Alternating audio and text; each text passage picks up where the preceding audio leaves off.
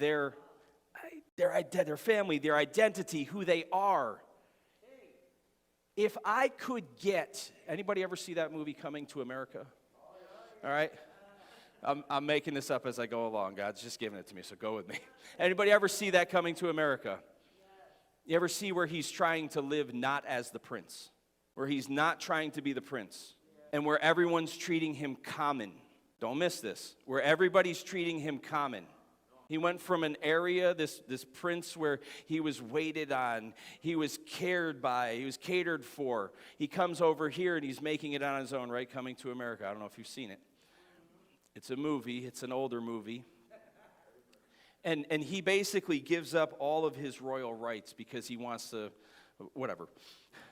We're getting off topic. He gives up all his royal rights, and he's treated common. See, what the devil wants you to do is give up all your royal rights so that you align yourself with a false identity, so you therefore have no more power to declare your identity over you. Do you understand? We miss this part. We miss the identity that God has given us.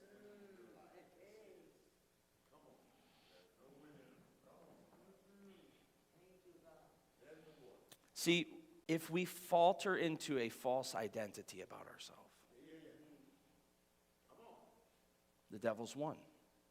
You don't have the power to declare victory over him when you give up your rights.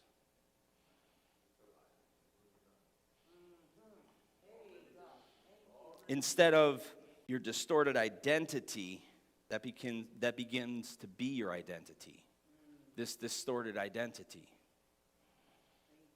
Instead of, I've dabbled with things, you begin to believe you have an addictive personality. You begin to believe you do these things to cope. You begin to believe that you need to click on that. You need to drink that. You need to pop that pill. You begin to believe these things about yourself, that it becomes part of your identity. Or maybe you think that you stink at handling money.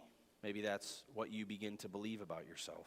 And because you struggle financially, you believe it about yourself. And then because you're feeling bad about yourself, what do? You go click on it and buy.